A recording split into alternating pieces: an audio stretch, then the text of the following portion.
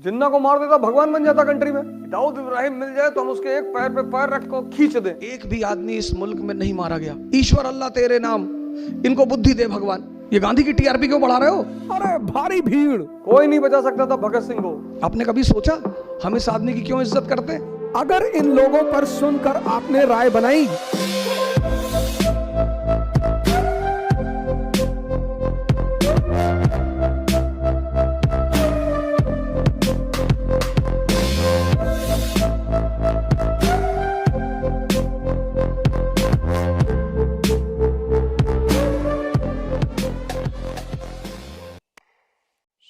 वैसे तो हिंदुस्तान का इतिहास सितारों से खाली नहीं है, और ऐसे ऐसे सितारे हैं जिन्होंने न सिर्फ इस देश, इस समाज, बल्कि पूरी मानवता को एक नई दिशा दी। उन्होंने अपने कामों से, अपने विचारों से लगभग सभी जागृत मानसिकताओं को प्रभावित किया। Awakened mentality, awakened mentality. सबको तो प्रभावित नहीं कर पाए। उनके साथ एक प्रॉब्लम है, ऐसे लोगों के साथ एक प्रॉब्लम है कि वो सिर्फ जागृत मानसिकताओं को प्रभावित कर सकते हैं।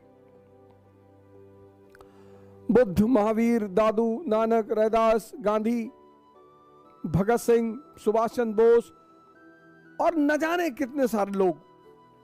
और अंबेडकर एक ऐसे व्यक्तित्व हैं, अंबेडकर, गांधी, ये सब ऐसे व्यक्तित्व हैं कि इन पर सुनकर राय ना बनाए।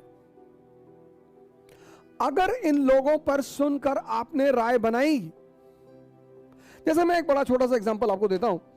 गांधी को इतना गाली देते इस देश में इतना लोग गाली देते, इतना। पर सर जब आप उस आदमी को पढ़ेंगे ना और समझेंगे, आज 2022 भारत एक राष्ट्र है। 1922 भारत राष्ट्र था ही नहीं।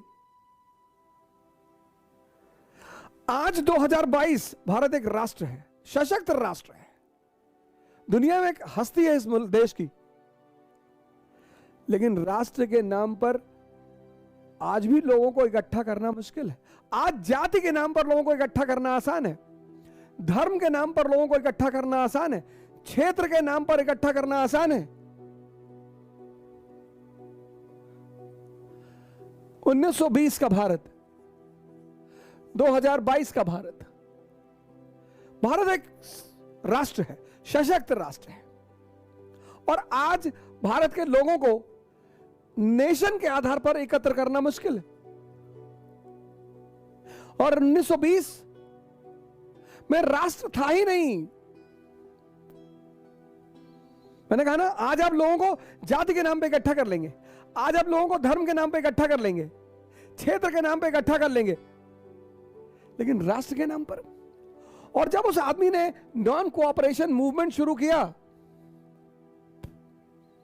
अरे भारी भीड़।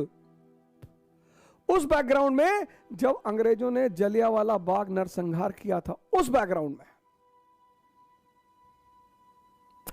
आप सोचो सर, बिना राष्ट्रवाद की धारणा के लोगों को बाहर बुलाना कितनी बड़ी उपलब्धि रही होगी इस व्यक्ति की। सर वो आम बात नहीं है। इसलिए मैं आप सभी लोगों से इस देश में निवेदन करता हूं, खासकर अपने युवा मित्रों से निवेदन करता हूं। बहुत जल्दी भावुक हो जाते हैं। व्हाट्सएप यूनिवर्सिटी से दूर रहें, फेसबुक यूनिवर्सिटी से दूर रहें, इन सब यूनिवर्सिटियों से दूर रहें। मैं आज बहुत ज्यादा समय तो आप लोगों का नहीं लूंगा, लेकिन मैं सीरीज बनाऊंगा। मैंने ये प्लान बना लिया है कि भारत की जितनी भी महान हस्तियां हैं, पहले भारत से ही शुरू करूंगा, उन पे मैं एक सीरीज बनाऊंगा। अंबेडकर, गांधी, भगत सिंह, सुभाष चंद्र बोस, पूरी सीरीज। अब उसमें जो भी समय लगे, जब भी शुरू हो, नौजवान क्रांति के अगले हिस्से में यही कहानी चलेगी।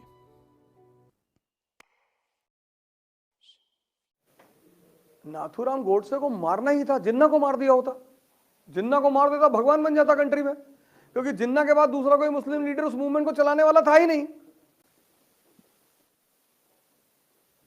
पाकिस्तान बनता ही नहीं। और सुबह नहीं, वो भगत सिंह को गांधी जी की वजह से लटकाया गया। ना मारेंगे ना, भगत सिंह को गांधी जी की वजह से लटकाया गया। प्रोटेस्ट किया, लेटर लिखा अरविंद गांधी जी, कोई नहीं बचा सकता था भगत सिंह को। इस देश के पूंजीपतियों ने लटकाया उस आदमी को। 1927 फिक्की, पुरुषोत्तम दास ठाकुर। 1929 में डिप्रेशन हो गया, वो आदमी बन रहा था लेनिन दूसरा एशिया में। गांधी को गाली दे दो, वो जिंदा हो तो भी तुम्हें कुछ ना बोले कि बेटा दो और दे दो। गांधी को गाली देकर तुम तोप बन रहे हो। दाऊद इब्राहिम को दो,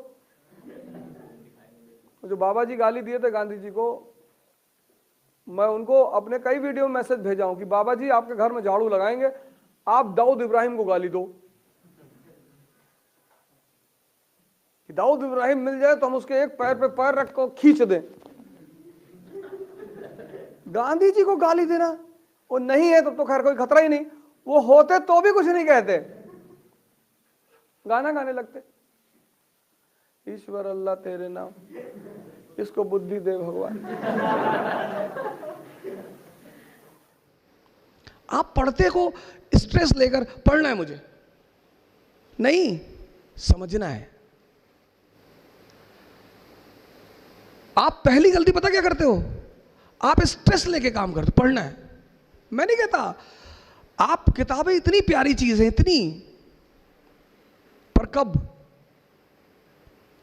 जब आप उन्हें समझो। 1922 में 1920 गांधी जी की फोटो देखकर याद आ गया। अब अगर मैं सबकी फोटो देखकर आपको कहानी सुनाऊं तो ये तो चलता रहेगा, तो गांधी जी पे मैं मसले को खत्म करूंगा। 1920 में इस आदमी ने असहयोग आंदोलन, नॉन कोऑपरेशन मूवमेंट चलाया। ब्रिटेन की पार्लियामेंट ने अपने वॉइसरॉय से कहा कि मूवमेंट को रोको, ये गांधी की टीआरपी क्यों बढ़ा रहे हो, रोको मूवमेंट। रीडिंग वॉइसरॉय था, उसने कहा सर हम नहीं रोक सकते। बोले क्यों? बोले सर ये जो सत्याग्रही है ना, ये भजन गा रहे हैं सर सड़क पे, ईश्वर अल्लाह तेरे नाम, इनको बुद्धि दे भगवान। अब जो आदमी आपके लिए दुआ मांग रहा है, मैं आपके सामने गन लेके खड़ा हूं, आप कह रहे हो कि मालिक इसको सद्बुद्धि दे दे, तो अगर मेरे अंदर इंसान है तो मैं आपका पैर छू लूंगा तुरंत, मारने का सवाल ही नहीं उठता। आपने कभी सोचा हम इस आदमी की क्यों इज्जत करते हैं? इसलिए नहीं कि ये आदमी नंगा रहता था ना, वो बात नहीं है। फिर अब गांधी जी कपड़ा नहीं पहनते थे, ऐसे बहुत सारे लोग नहीं पहनते। 1922 में चौरी चौरा एक जगह है यूपी में, वहां का पुलिस स्टेशन जला दिया, पुलिस वालों को जला दिया, सरकार पे सीधा हमला। सरकार ने कहा मारेंगे इन लोगों को, खूब मारेंगे। वही घटना, सेम वही घटना 2010 में हुई।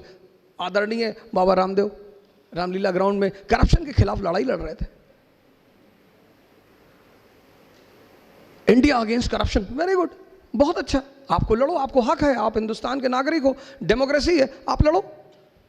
सरकार ने उन्हें आदेश दिया कि 12 बजे के बाद रामलीला ग्राउंड छोड़ देना। अब सरकार,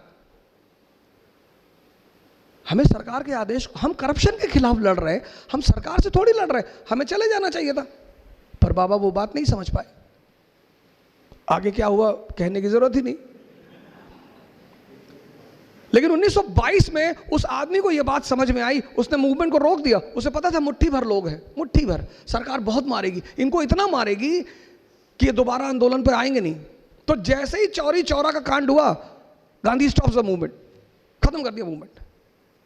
कहा I don't have faith in violence, मुझे हिंसा में विश्वास नहीं है। अरे सरकार ने कहा एक हफ्ता रख लो, बोले हाँ ही नहीं। एक भी आदमी इस मुल्क में नहीं मारा गया, महान है वो आदमी। किसी का विरोध करो और वो तुम्हें मार ना पाए। मैसेज पढ़ो किसके लिए? मैसेज के लिए।